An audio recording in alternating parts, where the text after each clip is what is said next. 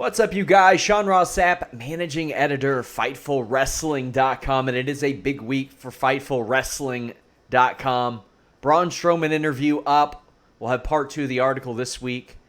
We've got All Out this weekend. I'll be in Chicago trying to get content, gain interviews, post scrum footage, all that. We will have a post show. I'll do another wrap up. Just a ton of stuff going on right now. But I also have dropped the long-form feature, MJF, Salt/Scum of the Earth. It is my latest long-form feature. It's about the process of interviewing MJF. I am joined today by Alex Pawlowski. Alex, would it shock you to learn, and these are all legit things, like and this is tackled in the article about MJF. Mm-hmm. A lot of people are like, how is he really? How is he really? How is he really? How is he really? All of the things that I mentioned seem like they are in character in that article. Right. Or at least what one would assume a character would be for that guy. True. He unhooked my microphone multiple times, apparently, is the only way it could have happened. He berated a security guard. He led me on a Chris Jericho Ralphus-esque expedition across the MGM Grand after I was like, you know what?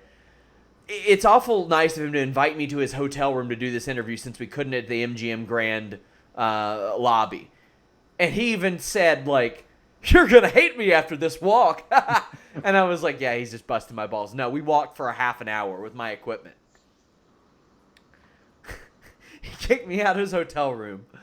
He stopped the interview at one point to brag about winning $6 at the blackjack table. Or maybe slots. I got to remember which one it was.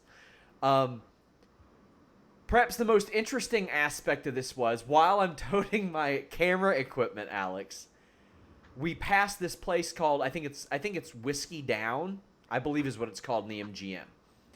And that's actually where I first met him. And we passed this place. And he's like, hey, hold on. And I'm like, yeah, okay. And then I just see him stare. He gazes from a good 20, 25 feet away into this place, and he sees a guy with an AEW hat on. And he waits until the fan makes eye contact with him. Then he looks at the fan and goes, fuck you. And then walks away. Yeah. Alex, I see you enraged at your child. I mean, it's not my. I'm not really enraged at my child. You're like, why my wife isn't doing anything about it. You're like, she knows I'm on a podcast. Hi, honey. Hi, sweetheart. It's time for bed now. Bye bye. I love this because everybody can see you now. We have nothing to hide, so people see you going. They see you go in full Breakfast Club. Cut it out. Stop. Yeah. But crisis averted. Back to your story. Crisis averted. That long-form feature is well worth you guys checking out. If you all don't mind, it's pinned at the top of my Twitter. Give it a little retweet. It is one of the more interesting stories I've ever done. Yeah. You guys can donate any amount to tonight's show. We will answer your question or read your statement on the air. We already have a couple of super chats. Tim Travers says, question for Alex and Sean. If we say the Monday Night Wars in the 90s, do we see the same thing on Wednesday nights this fall? I definitely do. I already see it. You know what? We're taking it to a different level. Ronda Rousey, Wednesday nights, Total Divas, and she's an executive producer. Mm-hmm.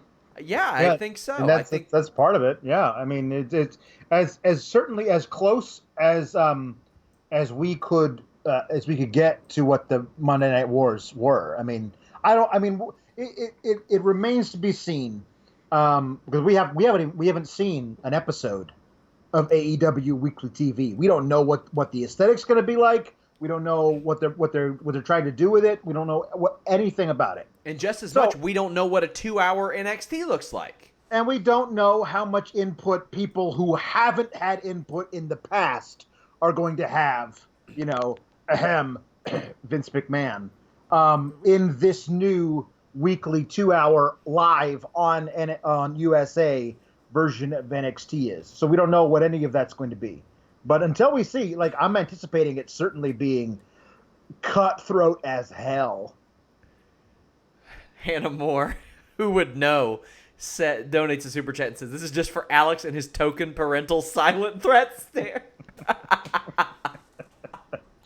I appreciate it. You know how we used to say Nakamura could convey his emotion to the Yes. audience without saying a word? Yes.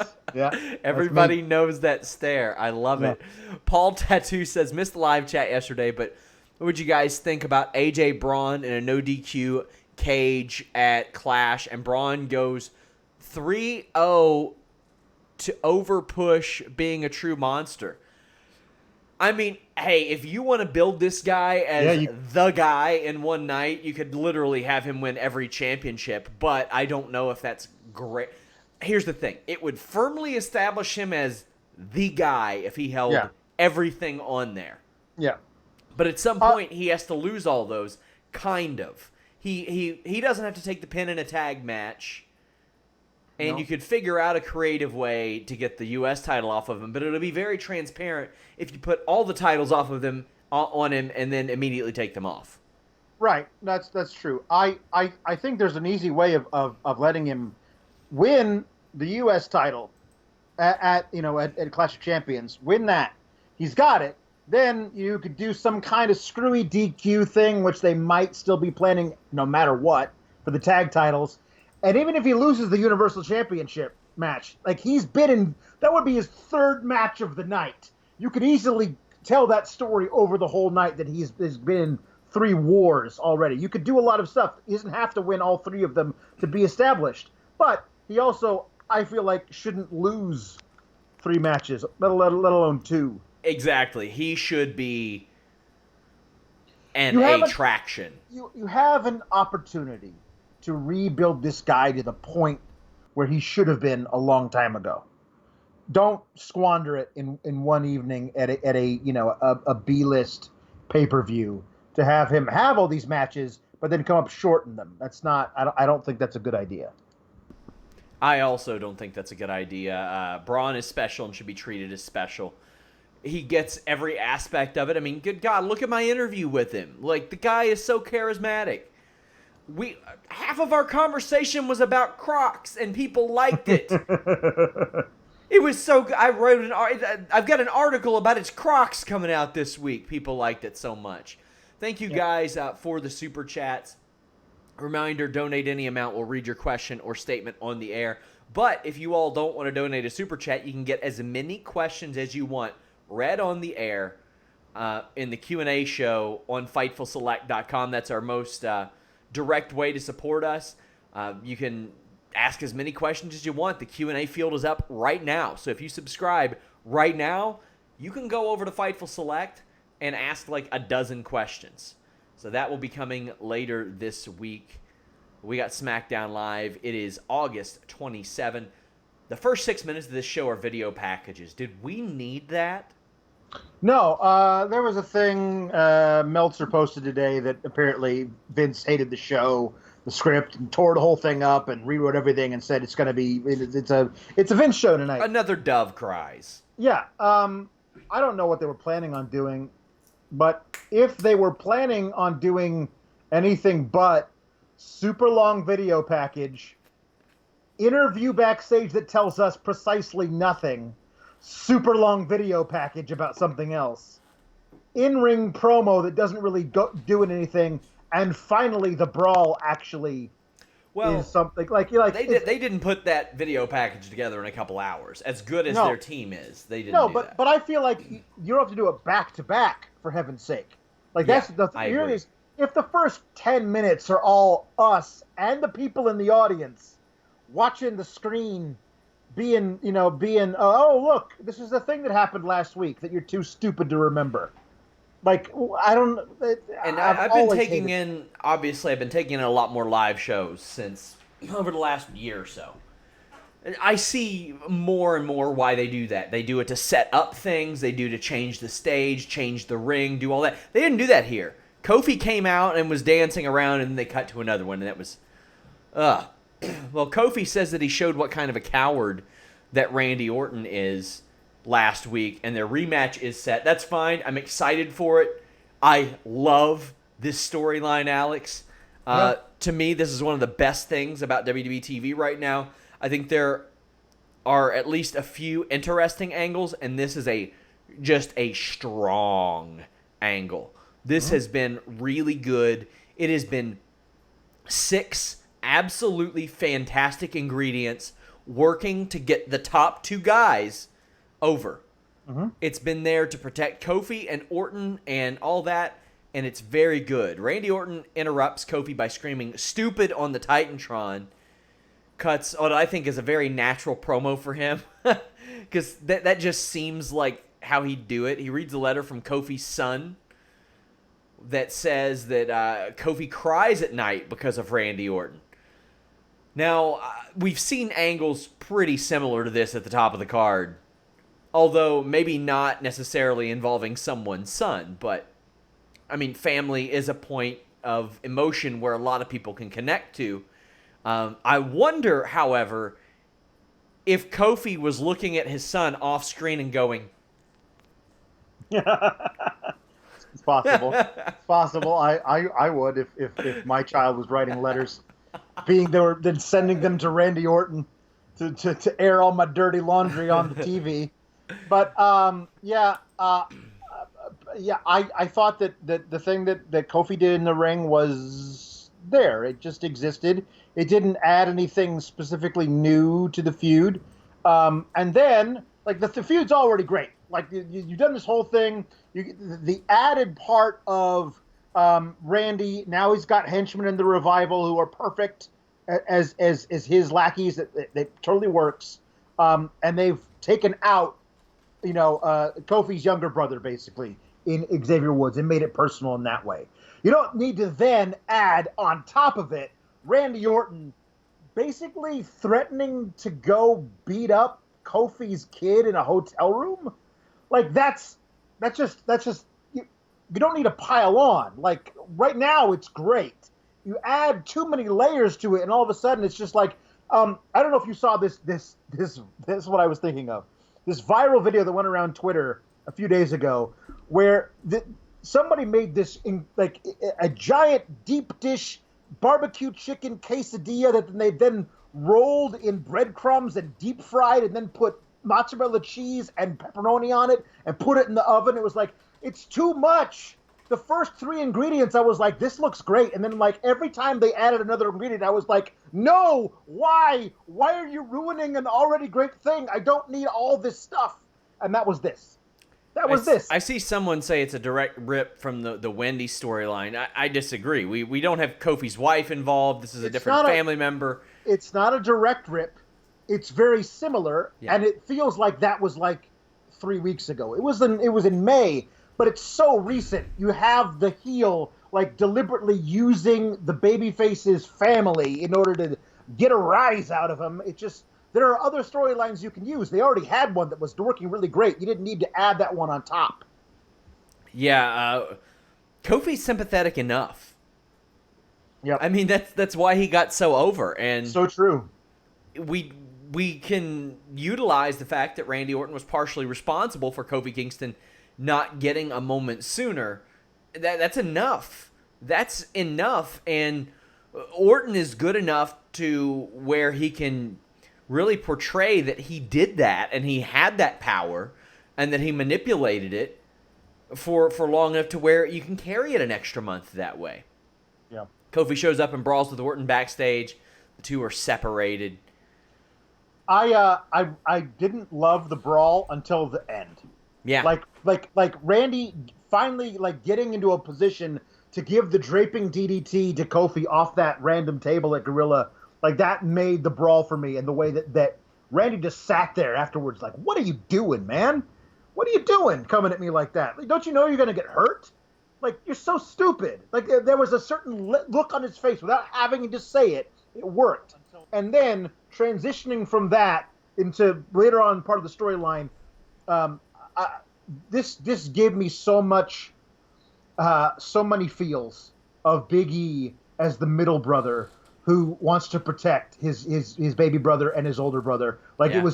It was really, really cool to watch pissed off, like pissed off, but not yelling, just really, really, really angry Big E. Like, that guy's got so much range. Please, He's very please good. give him a really good singles run at some point. He deserves it. He's so good.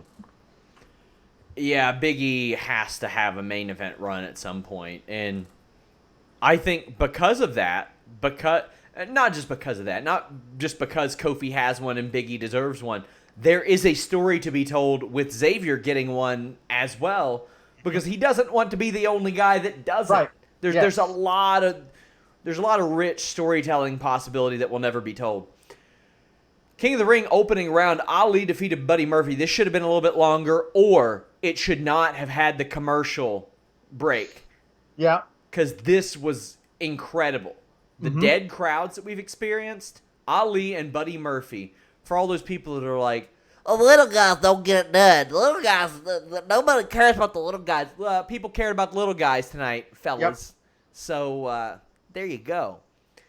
A great knee from Murphy lands. We go to a commercial quickly, and the action during the commercial wasn't that great. It was a lot of rest stuff, but we come back to a Murphy tope con hilo, and Ali connects with a big super kick. Murphy gets some great offense, and this is the kind of match that King of the Ring needs. Ali does just an awesome tilt-a-whirl DDT in the ropes and wins with a 450. Were you surprised that Ali won this? Because I was. I picked Ali to win.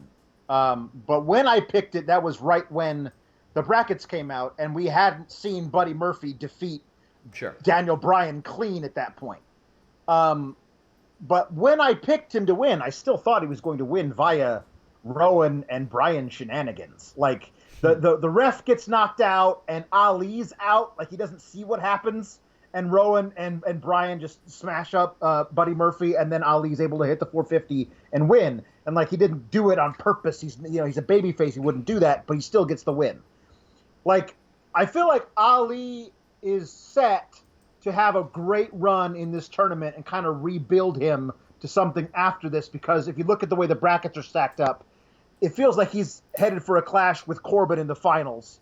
I don't think he'll win, but I think that that's the point they're going through. So that's great. But I don't know that I would have gone with clean loss for Buddy Murphy after the last 2 weeks. But, I mean, you can't have... I mean, do you have somebody interfere? How would you do that? That was the thing, is I thought that after last week, the Bryan Murphy storyline was going to continue, and they were going to do that. I mean, that was what I thought was going to happen. I did really like, though, that there seemed to be moving Murphy toward like a 50-50, maybe closer to babyface thing. Because if you saw how last summer, the feud between Murphy and Ali when they tried to murder each other over and over and over again, like if you add that context to this match, and then Buddy Murphy for the first time shaking Ali's hand afterwards, like it's a huge, cool storyline that actually may have reached its apex. Yeah. With that thing, but I don't know, man. I think eliminating Buddy Murphy eliminates a big favorite considering the storyline he was in, and I think honestly it cools him off a lot losing this. Right, and I think it does too. I'm hoping that they don't just shelve him again. Like that would be terrible. I really think a match next week. I really think he should have made it to the semifinals. I don't think that he should have lost before then. Ali would not have been hurt at all by losing to the guy that just lost to Murphy, but I do think that Murphy took, that just beat Daniel Bryan, but I do think that Murphy took a little bit of a hit because of the high-profile angle he's been involved in of late. Yeah, it's a weird thing. I until the final segment of the night, I was booking in my head a Roman and Buddy Murphy tag team match versus Bryan and Rowan next week. Like I thought that they were going to go that way and let kind of like more shine being put over on Murphy that way. But at this point, I really don't know what it goes on. I agree with you that Ali wouldn't have been hurt by taking the loss, but that's because they've hurt him enough by not keeping him on TV.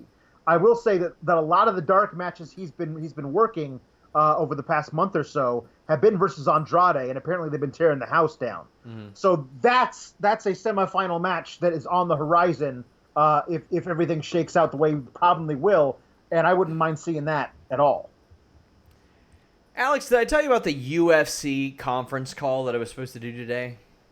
You did not. So I was supposed to do a conference call with UFC lightweight champion Khabib Nurmagomedov and interim lightweight champion Dustin Poirier, and UFC sends us a number. Now, I wasn't going to do this. Harry Kettle, our MMA guy, was going to do it. But UFC, minutes before it runs, was like, hey, here's the updated number. And I'm like, well, what's wrong with the old number? And I called the old number. Do you know what the old number was, Alex? What's the old number? A phone sex line.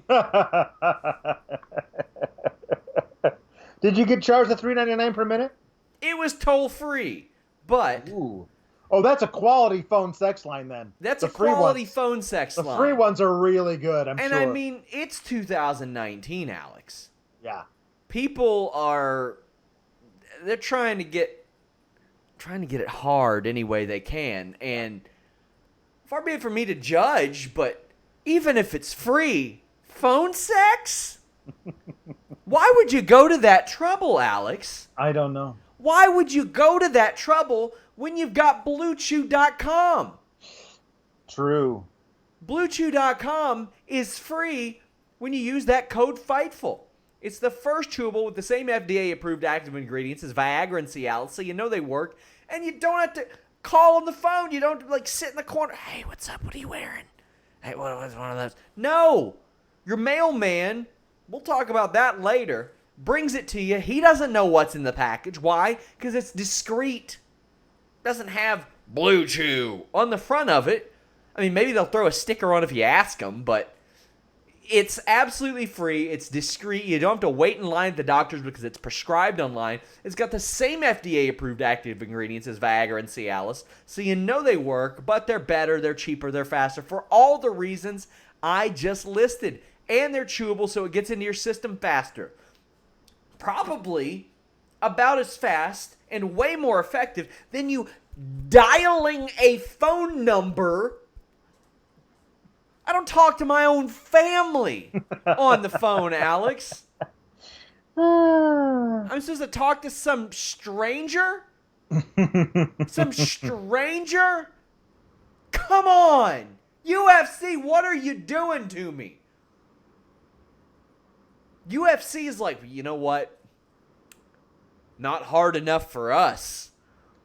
Well, they don't know about Blue Chew, do they? Well, they do, because some of their people take those gas station dick pills, pop for drug tests, and then are out for like a year. Ain't happening with Blue Chew, my friends. Actually, I don't know if it'll happen with Blue Chew. You might fail a USADA test. I'm not sure of that ingredient. But BlueChew.com, code Fightful. Just pay $5 shipping. The phone sex line they gave me, Alex. Yeah, well, yeah. You make a good point. And you'll make a good point when you take Blue Chew. That's good. And use the code Fightful. Yeah. The hell?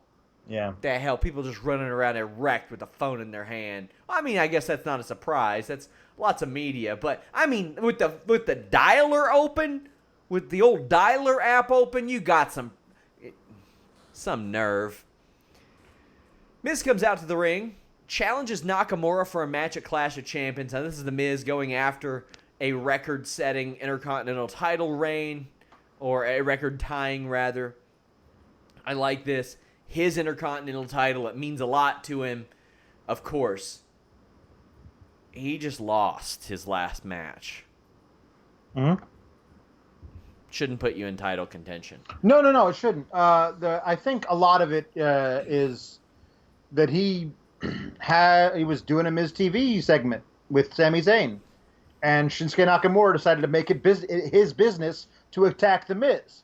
So if the Miz goes to management and says, "Hey, this guy attacked me, like out of the blue for no reason. I want a shot at his title," they could say no.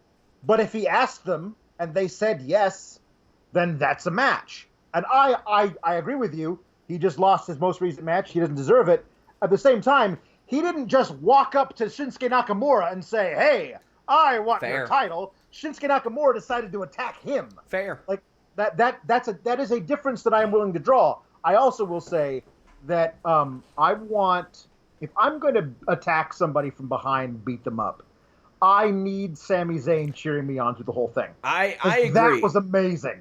Amazing. I thought early on in this promo his shtick was old. I was like, I'm so done with it. Yep. He was refreshingly obnoxious during this beatdown, which is a couple of terms I didn't think would ever be put together.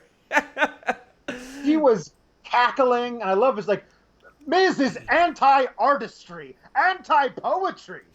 That's so good. It's so good. It is good. I loved it. Nakamura had a convincing beatdown, hit the Kinshasa in the ring. I'm cool with this. I like it.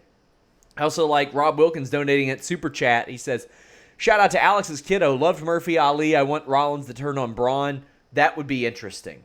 That I want. Rollins needs an edge. Yeah, no, I agree. Somebody was arguing with me on Twitter today about whether or not, Braun or Rollins were going to turn. She's like, well, one of them's turning on the other one just because I don't see how WWE gets away with having them defend that match successfully and then fight each other later in the same night. I just don't. They're without heat. I don't understand how that works.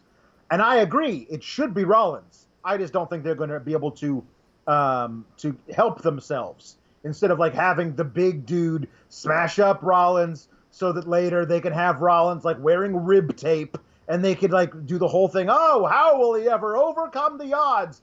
You can't have a how will he ever overcome the odds thing with Braun Strowman. It's hard to do. Yeah, they gotta kill that. But it's their thing. They always do it.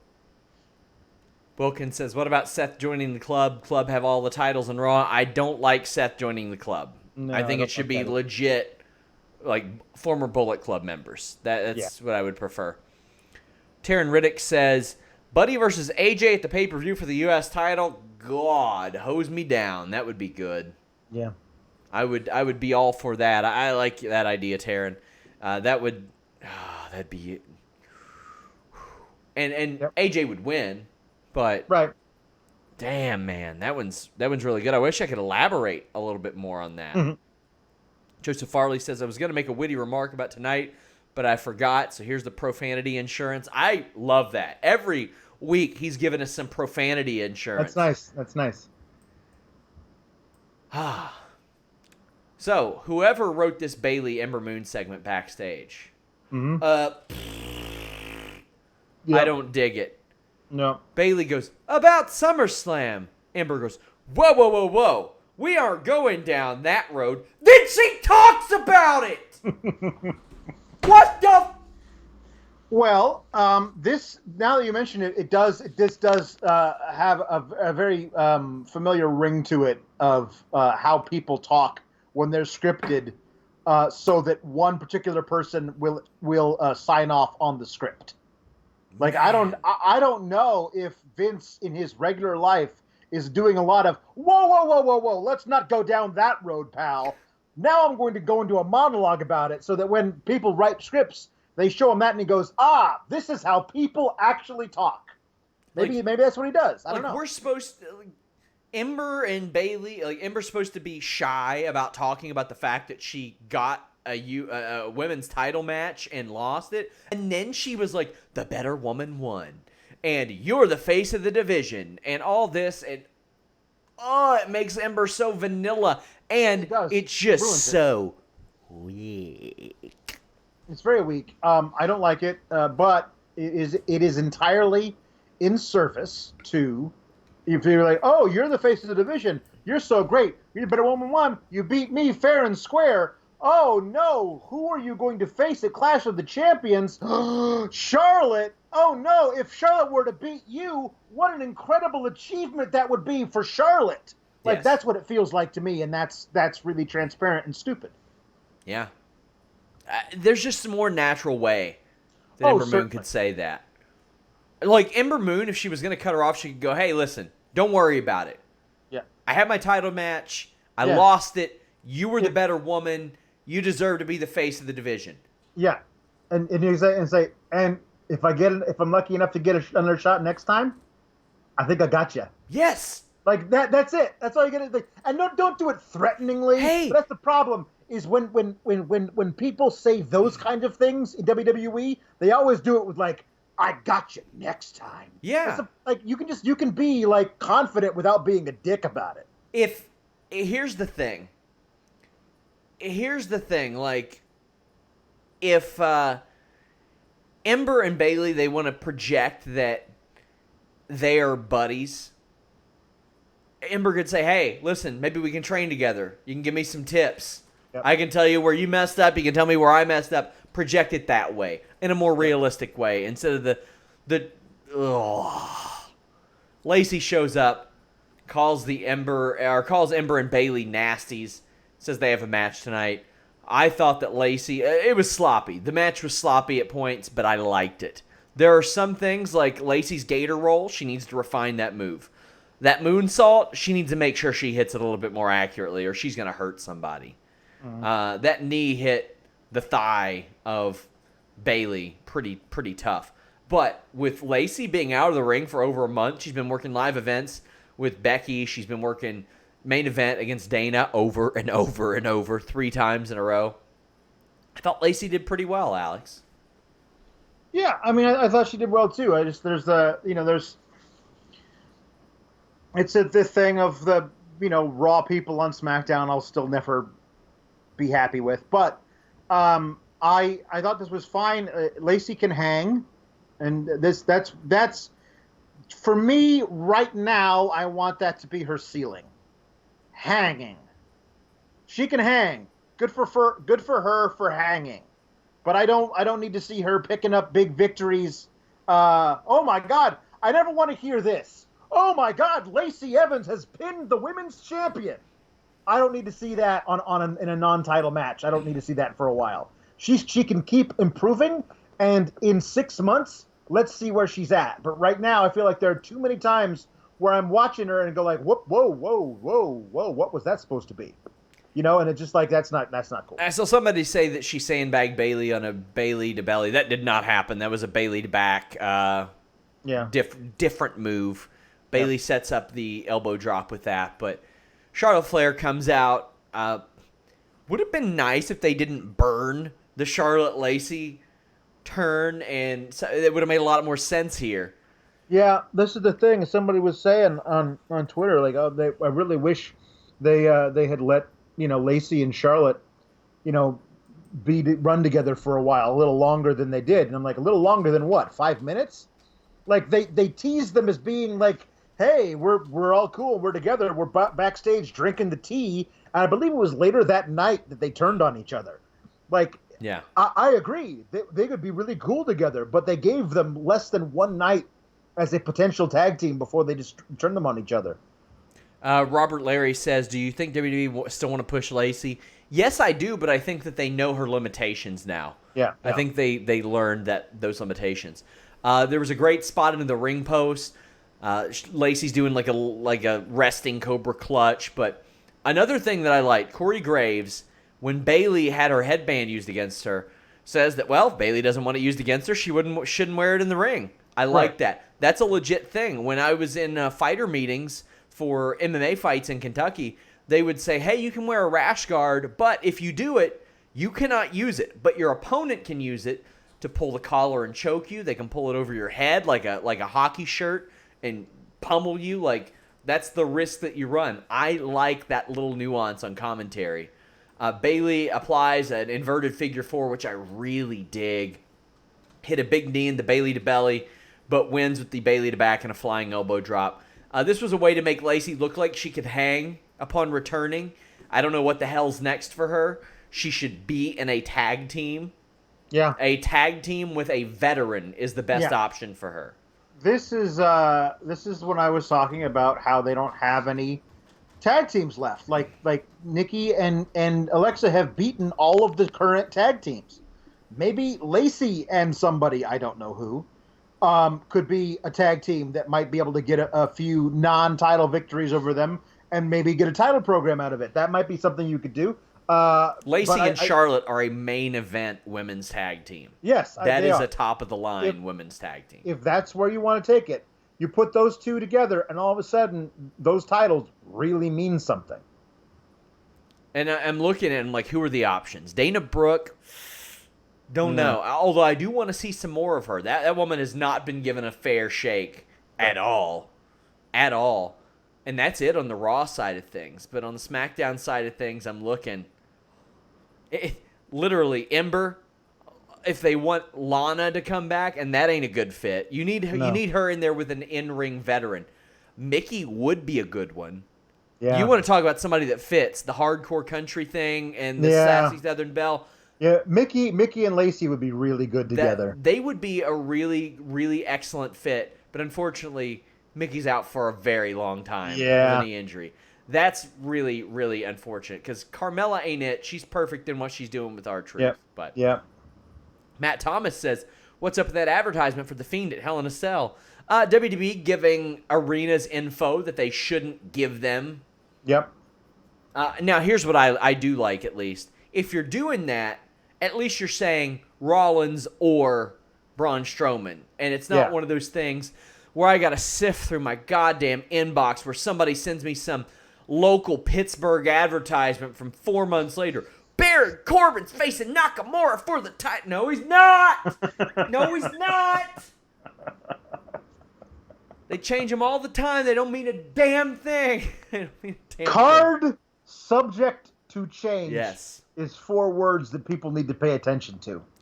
Korosami 1997 also, I would like to bring up Hannah Moore had brought up a good point. Like, if they go with that, I feel like they're booking themselves into a corner with The Fiend. They should not do that yet. They really, really are. No, it's too early. It's too early for a lot of stuff. You could do a lot of great things before you're like, let's hot shot a title onto them, and then I'm not sure. We'll figure it out. Like, no. You got to plan this thing out right. Korosami says, Becky seems untouchable in promos compared to all the female promos in the past weeks. Any truth to Becky and Seth vacation causing to cancel live shows? I don't know anything about that yet. I will ask. I'll see what I can find out. But as far as the promos go, I'm like, all right, Becky's a very special promo. Yeah. And sometimes that's not like a knock on anybody else. Do I think Sasha Banks has strong promo skills? Not based on what I saw last night and based on what I've seen in the past. I don't know what I want to say. I want to say that Sasha Banks promos aren't as natural as they should be. But I don't know. I don't know what a natural Sasha Banks promo sounds like. I know what she sounds like in interviews, and it's completely different. Yeah. And that's not it. Like, Alexa Bliss's promos are okay, but she leans a lot on the standard wrestling tropes of, I would like to thank myself type of shit. So yeah, Becky is in a league of her own right now, I think, Alex. I agree. You know who I think is really, really great at doing promos? Shayna Baszler. I think that she's pretty good. She's really good at doing her own thing because I feel like it's just very natural because I feel like that's kind of who she is. She is. She's just playing herself. If anybody has ever seen some of the mentions from MMA fans she gets, sometimes she gets a chip on her shoulder, and rightfully so. Yeah. She was a pioneer of women's MMA, and quite frankly, a lot of people, MMA fans, treat anybody like that, like they're garbage. It's the old Mariah Carey saying, one day you're in the news, the next day they're wrapping dead fish with it. Like, that's how people get treated in that sport, especially. And maybe it's just my perception, but she's carried that over very well to pro wrestling. Up next, Randy Orton defeated Big E. I love Big E coming out serious, but I didn't like him subsequently spanking Orton. Nope. That was a disconnect. Yeah. I think Kyler hit that on the head on the Fightful Twitter when he brought that up. Yeah, no, it's not great. I feel like there was a kind of a thing like this, just a thing he does every time. If it was in a position where he was like toying with Orton, but like Orton's not a guy you toy with because all it takes is one move and you've lost. You can't let your guard down for a second with him, and I feel like Big E would know that. after watching Orton, destroy Xavier and beat Kofi to hell a couple of times, I feel like Big E would know you can't let your guard down with him, and that was why it was like, it just, New Day isn't allowed to drop the veneer for a full match and just wrestle. They have to always be, oh, look at them, they love to have fun, don't they? And like you can have fun 98% of the time, and then 2% of the time want to kick somebody's ass. And it works. Yeah. I loved Randy Orton, like his little jump over the table spot. Yeah. That was very good. Also, Big E eating the sing bombs. That was a sight to behold. Yeah, Big E eating the sing bomb and then giving as good as he got was a pretty cool little thing, too. Really dug that. Big E goes through his hot tag offense, but the Revival interfere and hit the combination Shatter Machine RKO, the Shatter KO. Yep. I love that move. I love this trio. I like the match. I like the angle. Everything except for Big E spanking. I really dug this. This was good. I can't tell you how much I love the aspect of Big E standing up for the New Day as a whole. Like just coming in the big guy who says, I'm going to be the protector of my brothers. Like it's so cool and honorable. It's got a very cool, like, old samurai movie kind of feel to it, where, like, the big stoic guy is the one who decides, hold on, I'm fighting this battle. And and then he dies, and then all of a sudden you have everyone else has to rally around it. There's a lot of cool things in old storytelling that occasionally pop up in wrestling, and I love it when they do. This was just really, really good and continued a really, really good angle, I thought. Backstage, Kevin Owens interrupts Elias playing guitar. Elias says that Shane McMahon is not there. So later on, Elias is cutting a King of the Ring promo on the throne and gets attacked by Kevin Owens, who hits a stunner in the ring. Owens does not give a shit about that title, pardon my language. Mm-hmm. It truly is a clown title, as we see. Truth tries to win it back, but Drake Maverick does instead. How do you think this worked for all the parties involved? Truth doesn't get hurt at all. Drake Maverick wins. Elias eats a stunner, and he's 24/7 champion, so how much stock can you put into him? Right. Kevin looks strong, but also doesn't care about this title. But I think at this point, we kind of see that. Yep. I'm indifferent about that. How do you feel? Well, somebody tweeted at Kevin and asked him, why don't you want to be the champion? And he tweeted back, I have a family. I have 3 dogs and 3 cats. I have responsibilities. I can't worry about being rolled up by some dude while I'm dropping my kids off at school or enjoying a lovely night out with my wife. That's all he's got to say.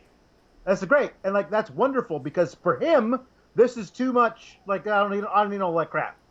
But I think that it'd be kind of cool to, like, see certain people who are like, well, as long as I'm here, I might as well become 24/7 champion. And then if that guy's somebody along the lines of Braun or Samoa Joe, all these guys like trying to like sneak up on them and hit them with a chair or something to like get an advantage because they know they can't just roll them up. That might be fun for a little while. I'm sure I'm just having selective memory, but I don't remember a lot of people just straight up like watching the hardcore title run by them. No. What I do remember is British Bulldog, even though he didn't care about the title, he won it. And then he just gave it to Al Snow because it wasn't worth the trouble. Like, I remember that. But he at least won it. He was like, yeah, okay, sure. Yeah. King of the Ring opening round, Gable being interviewed backstage, and Benjamin makes some short jokes. If you would have told me these two probably would have had the maybe 7th best match of this opening round, I would have been surprised, but the Gable rolling kick didn't look great. There was a scary-looking German suplex. Yeah. Shelton hit a great spine buster. The Gable Bret Hart spot into the turnbuckle, really good. I love that. Benjamin got a nice swinging powerbomb into the barricade, but Gable wins by reversing another one in the ring. No heat for this match. Well, nobody cared. And it's... Well, hold on. Neither one of these guys have wrestled on cable TV in months. Yep. Months. Yeah. it Why didn't was make a this lot. why this and not Ali versus Murphy right here? Well, because they knew that the crowd was probably going to be dead in this spot. This match was not supposed to be anything. Yeah, I just don't think the match was that good, and that's why they didn't Right. keep it. Well, that may be true, but also they were like, okay, well, I mean, I guess you would have had to move everything around. You were going to have the longer match go here, but remember, Sean, the main event of the evening can't be a wrestling match. It has to be whether or not Roman Reigns decides to apologize to people who were up on the Jumbotron. Like that's the main event. So we wouldn't want to cheapen Murphy and Ali by putting them right before that. Listen, this is all stupid. It's not nearly as stupid though as the series of short jokes that's the only thing to build the heat for this match was Shelton Benjamin being like, "Hey, shorty, shorty, shorty, shorty, shorty, shorty." Like that's that's just dumb. I mean, it's just dumb. I mean, I would like to say that I'm really excited to see Chad Gable versus Andrade, but I don't know that match isn't going to be 4.5 minutes long. Like, why would I think anything else? Like, who knows what they're going to do with it? It could be great. Those two guys could put on a classic, but they also could decide, all right, guys, you got 6 minutes, including entrances. Like, they could actually tell them that. Who knows? Like, it's a weird deal right now. But yeah, you're right. This match didn't have anything behind it. It could have been really great. I mean, like Gable said, Shelton should know better than a lot of people that not to take me too lightly. All he had to do was add, because I teamed with him for several months last year. Like they've never, I don't think, really said that. Like that's a cool thing they could have leaned into as opposed to short. They could have said, Benjamin said, I stopped teaming with you because I didn't think you were of my league or something, and they never did any of that. Oh, well, this segment's dead to me now. So Roman Reigns maybe or maybe not apologizing is the main event of the show. Yep. This didn't make a goddamn bit of sense. None of it. And I know everybody's like, ooh, a mystery, and it's long-term storytelling. That doesn't mean that it's not stupid with regularity.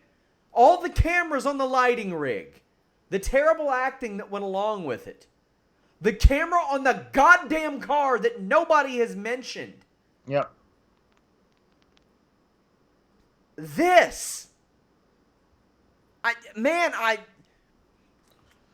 Okay. It is not hard to do this. It's not hard. Reigns shows Bryan a video of Rowan walking quote, unquote, from behind the rig. Keep in mind, last week, Daniel Bryan's big aha was, hey, there's this guy here that looks just like Rowan. Mm-hmm. So Bryan then starts slapping Rowan. Right. Saying he doesn't like liars. Rowan's been lying to him for a year.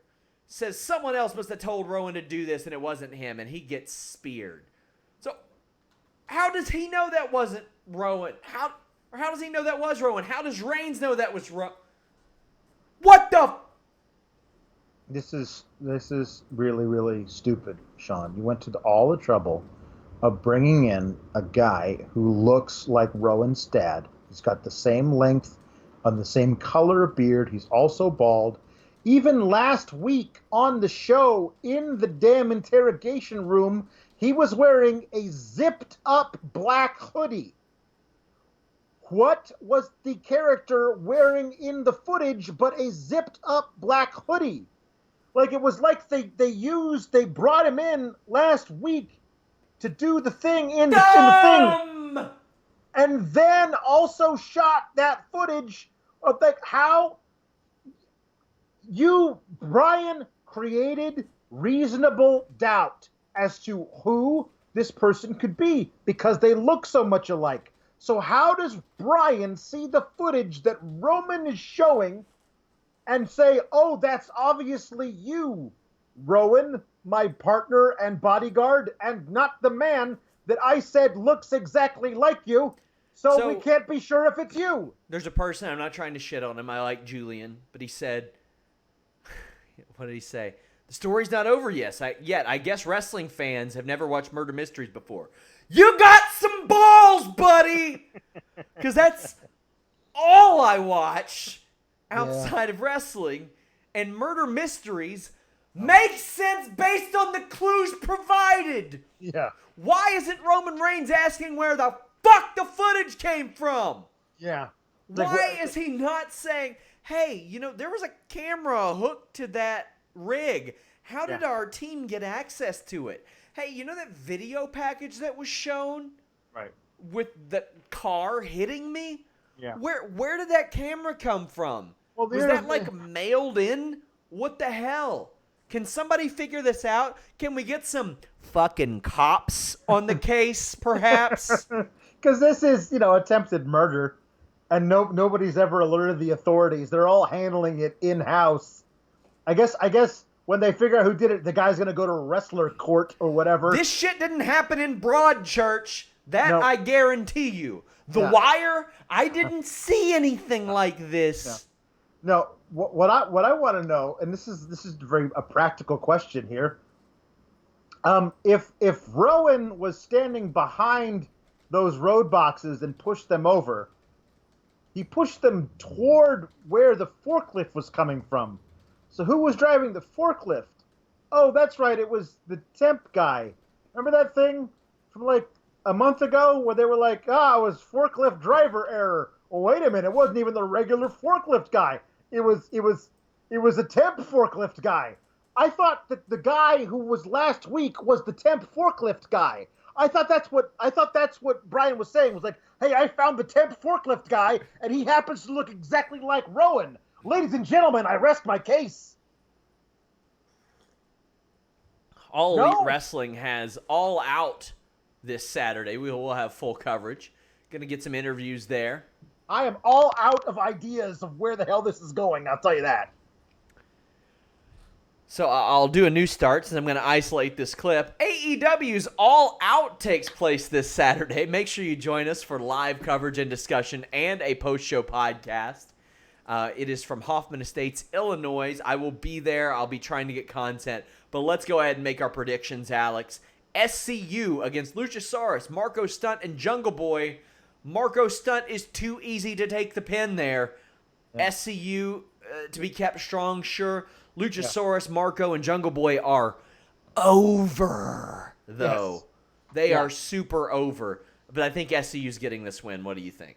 Yeah, SCU's getting the win. The trio involving the Jungle Boy and his Luchasaurus that he rides to the ring, and also a man's much smaller than Jungle Boy. That's going to be a lot of fun. People are going to love it. But you're right. It's too easy to give Marco the pin here.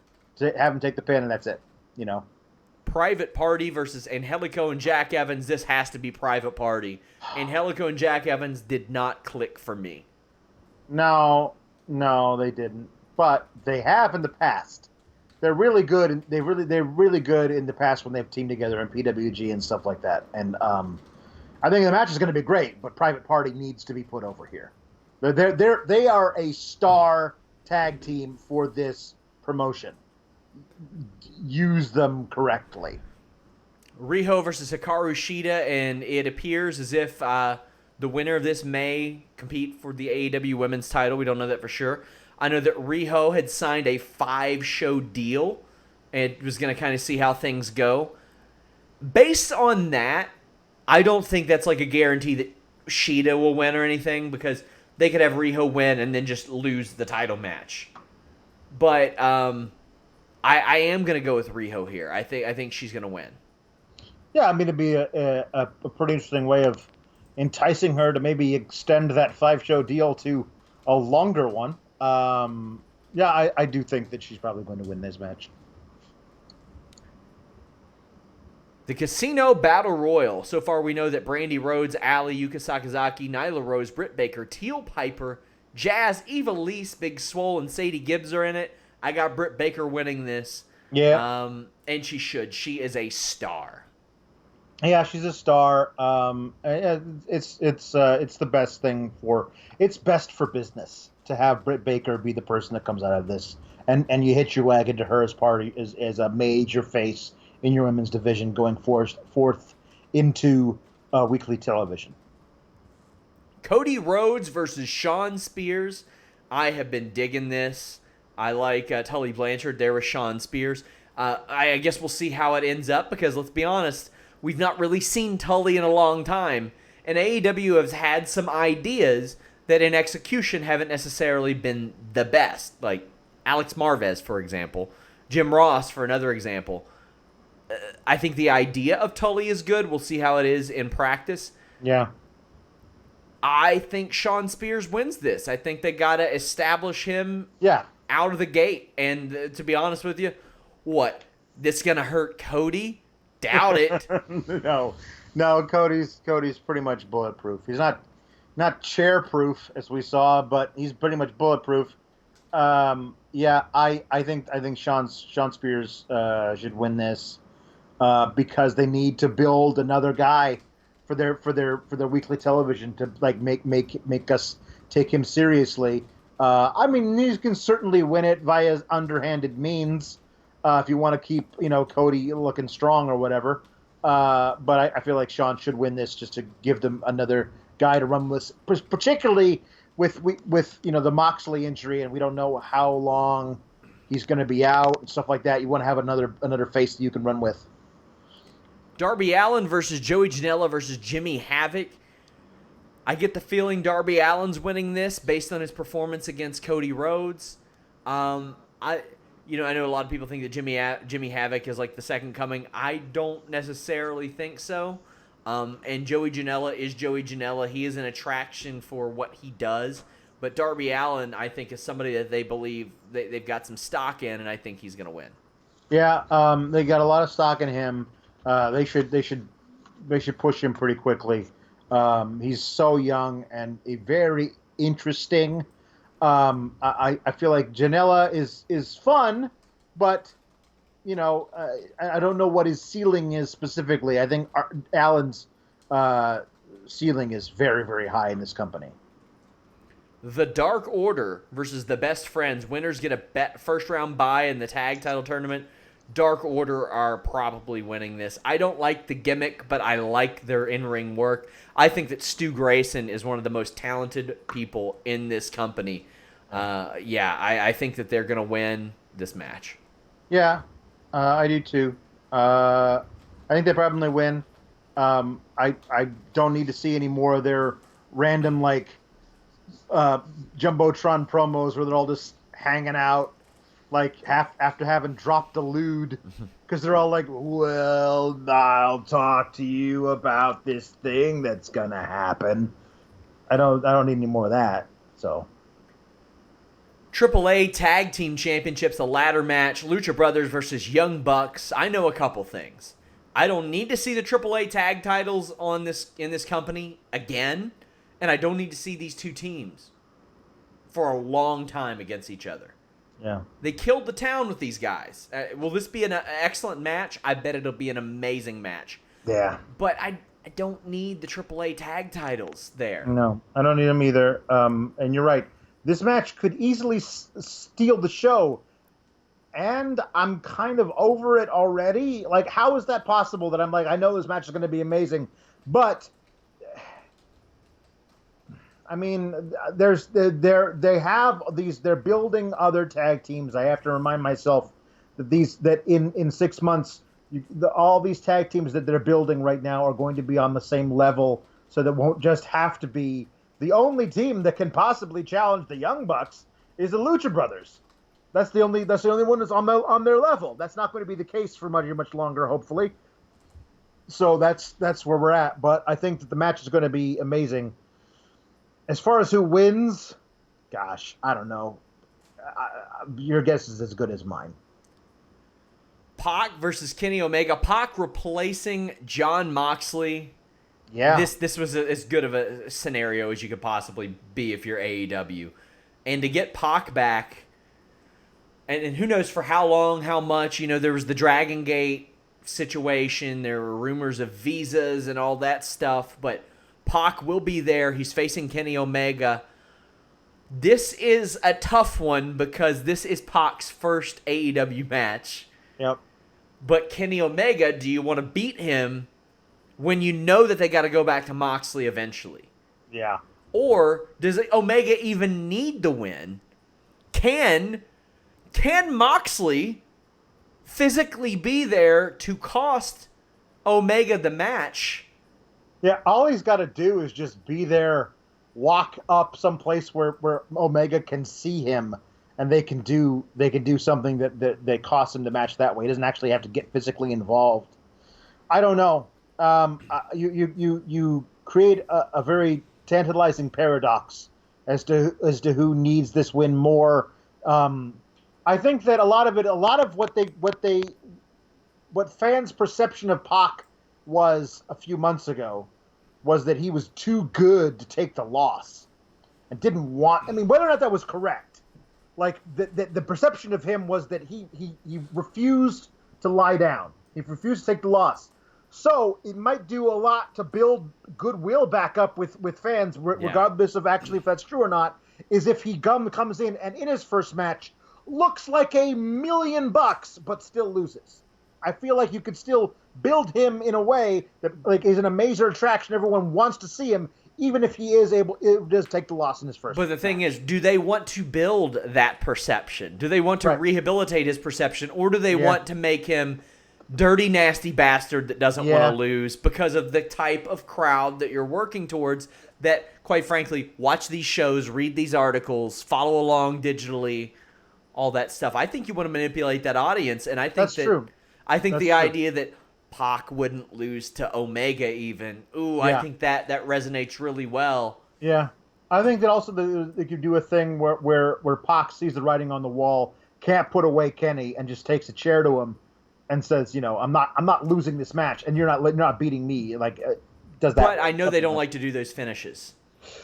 That's true. I am thinking along the lines of another company. Yes. And how they would do it. So, yeah, you're right. Vacant AEW World Championship Adam Hangman Page against Chris Jericho. I think it's Hangman Page. I think it would be a misstep to put the title on someone who exemplifies WWE so much, like Chris Jericho. I think that Hangman Page is the right one, even if he's not quite over as they think he should be. That's an easy remedy. He just loses it at some point. Yeah. But, oh man, I even think a good story could be Hangman Page winning it and then losing it a couple weeks later, and that changing him, that giving him some edge, that I got there but I couldn't hold on to it type of thing. Yep. What do you think? I think you put it on Jericho on this Saturday, and then have the rematch. Have Jericho do it via shenanigans or whatever, like underhanded ways, and then have Page versus Jericho headline the first TV taping, the first live thing on the 2nd of October, and have Page beat Jericho there for the title on their first thing. Like, make it an event thing. Like, make the rematch a reason for the rematch because Jericho was threw salt in his eyes or something crazy, and then you could have a reason for it, and everyone can get behind Page because of how dastardly Jericho was when he stole the title at All Out. That's certainly a way to do it, and I feel like that's something that I might go for. Well, the way to do it is to leave a thumbs up on this video. Make sure you guys subscribe. We had a Fightful MMA podcast today. Check it out. We talk about the Conor McGregor interview, Bellator 225, as well as UFC China. We break down news across the world of MMA. This week, we got a lot more podcasts. Listen, your boy, Wednesday, 6 p.m. Eastern, over on Fightful Select. We are just full of podcasts. The Backstage Report, the Q&A Show, Mr. Warren Hayes' midweek reviews, Steven Jensen's Weekender. Go subscribe to Fightful Select. Don't ever compare the Sinner to this trash WWE angle. Getting on my last nerve comparing the GOAT, Jessica Biel, to this trash that we're seeing. I'm offended. There were some people offended by the Chappelle stand-up. I thought it was funny. I'm offended by this comparison between one of my favorite shows, The Sinner, and this WWE angle that had all the potential in the world and every other week they screw something up. I'm not here for it, but I'm here for all of you. Until next time, we're out.